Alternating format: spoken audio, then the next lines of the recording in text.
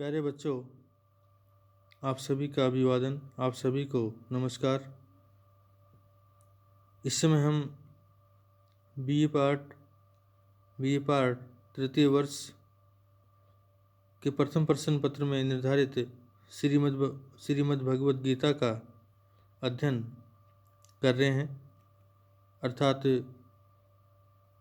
श्रीमद् भगवद गीता नामक इस पुस्तक का आपको अध्ययन करवाया जा रहा है। और जैसा कि आपको बताया गया कि श्रीमद् भगवद गीता के 3 अध्याय, द्वितीय, तृतीय और चतुर्थ अध्याय आपके पाठ्यक्रम में निर्धारित हैं। और दूसरे अध्याय के 25 श्लोकों का हम अभी तक अध्ययन कर चुके हैं। अर्थात आपको 25 श्लोकों का अध्ययन करवाया जा चुका है। आज इस कालांश में हम 25वें श्लोक के उपरांत 26वें श्लोक का अध्ययन करेंगे। तो 26वां श्लोक इस रूप में हम सभी के समक्ष आता है कि अथ च एनम नित्य जातम नित्यम व मन्यसे मृतम तथापि त्वं महाबाहो न एवं सोचितुम अर्हसि। फिर देखें, अथ चैनम नित्य जातम नित्यम व मन्यसे मृतम तथापि त्वं महाबाहो न एवं सोचितुम अर्हसि। आत्म विषयक या आत्मा के विषय में अपना दृष्टिकोण प्रस्तुत करने के बाद भगवान श्री कृष्ण जो हैं, अर्जुन को ये समझाते हुए कहते हैं कि हे अर्जुन, यदि आपका जो दृष्टिकोण है उसको अंगीकार कर लिया जाए या उसको स्वीकार कर लिया जाए तो भी आप इस समय इस युद्ध भूमि में आकर के और शोक करने के योग्य नहीं हैं। अर्थात तुम्हारे लिए यह समय जो है शोक करने का नहीं है, या तुम्हारे लिए यह शोक का अवसर इस समय नहीं है कि च और अथ यदि च और अर्थात हे अर्जुन, और अथ यदि तुम एनम इस आत्मा को नित्य जातम नित्य सदैव जातम जन्म लेने वाली व अथवा नित्य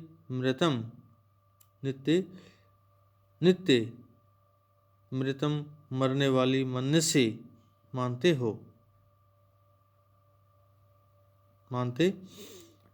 हो तथापि तो भी, अर्थात इसके उपरांत भी यदि आप ऐसा मानते हैं तो भी, अर्थात फिर भी, महाबाहो, हे विशाल काय भुजाओं वाले अर्जुन, या हे विशाल भुजा वाले अर्जुन, एवं सोचितुम, यदि आप ऐसा मानते हैं तो भी तुम्हारे लिए एवं इस प्रकार का सोचितुम शोक करना अर्हसि न उचित नहीं है, समुचित नहीं है। अर्थात आप शोक करने के योग्य नहीं हैं।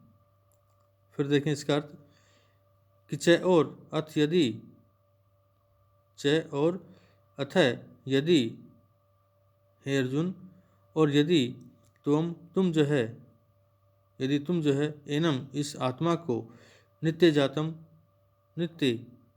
जातम जन्म लेने वाली या जन्मने वाली व अथवा नित्य मृतम मन्य से मरने वाली मन्य से मानते हो, तथापि तो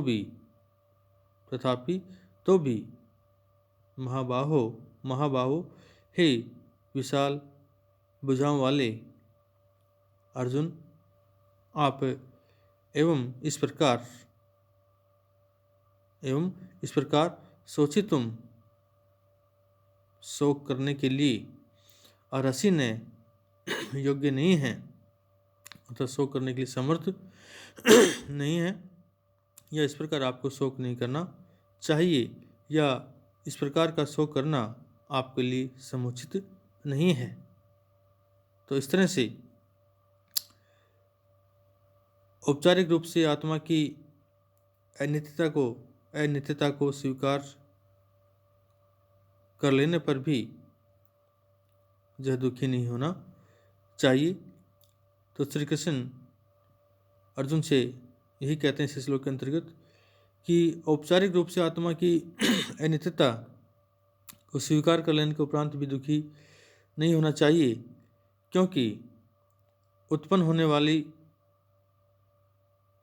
हर वस्तु, कोई भी वस्तु हो, वह एक न एक दिन नष्ट अवश्य होती है, तथा मरने वाले हर प्राणी की जो उत्पत्ति है, जो जन्म है, वह भी अवश्यंभावी है। अर्थात जन्म और मृत्यु जो हैं दोनों ही एक दूसरे के आपके पूरक हैं।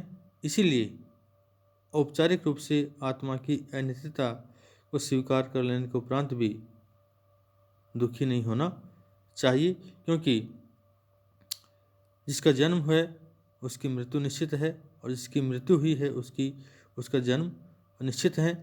ये जन्म और मृत्यु एक दूसरे के पूरक हैं। 27वां श्लोक देखिए कि, और इसे 27वें श्लोक में यही बात पुनः जो आपको बतलाई जाएगी कि जन्म और मृत्यु ध्रुव हैं, अर्थात निश्चित हैं। कि जातस्य ही ध्रुवो मृत्यु ध्रुवम जन्म मृतस्य च तस्मात् परिहार्य अर्थे न तुम शोचितुम अर्हसि।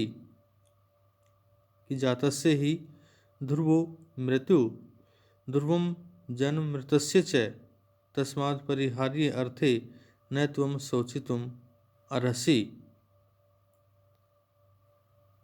पुनः भगवान श्री कृष्ण जो हैं अर्जुन को इस श्लोक के माध्यम से जन्म और मृत्यु ध्रुव हैं, निश्चित हैं, अर्थात जिसका जन्म हुआ है उसकी मृत्यु निश्चित है, ध्रुव है, और जिसकी मृत्यु हुई है, होती है, उसका जन्म भी निश्चित है। अर्थात जन्म और मृत्यु ये दोनों प्राकृतिक विधान हैं, ये दोनों जो हैं प्राकृतिक विधान हैं और इन्हें कोई टाल नहीं सकता है। इसी तथ्य को इस पद्य के अंतर्गत अर्जुन को हृदयंगम कराया जा रहा है। तो भगवान श्री कृष्ण कहते हैं कि हे अर्जुन, क्योंकि जातस्य जन्म लेने वाले की, अर्थात जिस व्यक्ति का जन्म हुआ है उसकी मृत्यु है वह ध्रुव निश्चित है। च और मृतस्य मरने वाले व्यक्ति का जन्म है वह भी ध्रुवम निश्चित है, अर्थात निश्चित रूप से होता है। तस्मात् इसीलिए अपरिहार्य बिना उपाय वाले,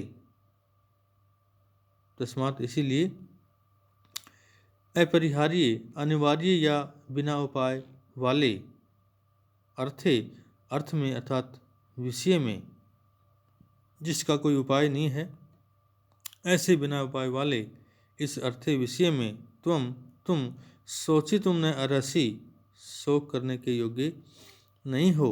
अर्थात इस बिना उपाय वाले विषय में तुम जो है तुमको शोचितुम अर्हसि न, शोक नहीं करना चाहिए। फिर देखें, ही निश्चित रूप से ही, क्योंकि जातस्य जन्म लेने वाले व्यक्ति की मृत्यु जो मृत्यु है वो ध्रुव निश्चित है। च और मृतस्य जिसकी मृत्यु हो गई है अर्थात मरने वाले व्यक्ति का जन्म भी ध्रुवम निश्चित रूप से होता है। अर्थात ये दोनों एक दूसरे के पूरक हैं। इसीलिए हे अर्जुन, अपरिहार्य अर्थे, अपरिहार्य जिसका कोई उपाय नहीं है अर्थात बिना उपाय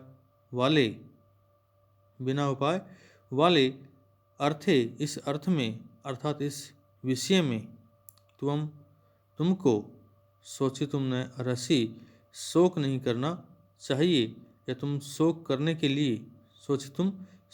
के लिए अर्हसि न समर्थ नहीं हो या योग्य नहीं हो। तो इस तरह से भगवान श्री कृष्ण यहाँ पर प्रत्येक बिंदु से विचार करते हुए यही निष्कर्ष निकालते हैं कि अर्जुन, किसी भी परिस्थिति में आपको दुख नहीं करना चाहिए, अर्थात इस आत्मा के विषय में चिंतन मनन करके दुखी नहीं होना चाहिए। इस श्लोक में भगवान श्री कृष्ण के कहने का तात्पर्य यही है कि जन्म और मृत्यु ये दोनों इस शरीर के अपरिहार्य धर्म हैं कि जिसका जन्म हुआ उसकी मृत्यु निश्चित है और जिसकी मृत्यु हुई उसका जन्म निश्चित है, और उनके निवारण का कोई उपाय नहीं है, क्योंकि यही सृष्टि का शाश्वत क्रम है। इसी से सृष्टि निरंतर चल रही है अर्थात चलती रहती है। अतः बिना उपाय वाले इस विषय में, हे अर्जुन, आपको शोक नहीं करना चाहिए। श्रीमद् भगवद गीता के महत्वपूर्ण जो श्लोक हैं उनमें से यह श्लोक भी एक है, और इस श्लोक के अंतर्गत सांसारिक जो जीवन चक्र है, इस श्लोक के अंतर्गत सांसारिक जो आपका जीवन चक्र है उसको बड़े सरल शब्दों में व्यक्त किया गया है।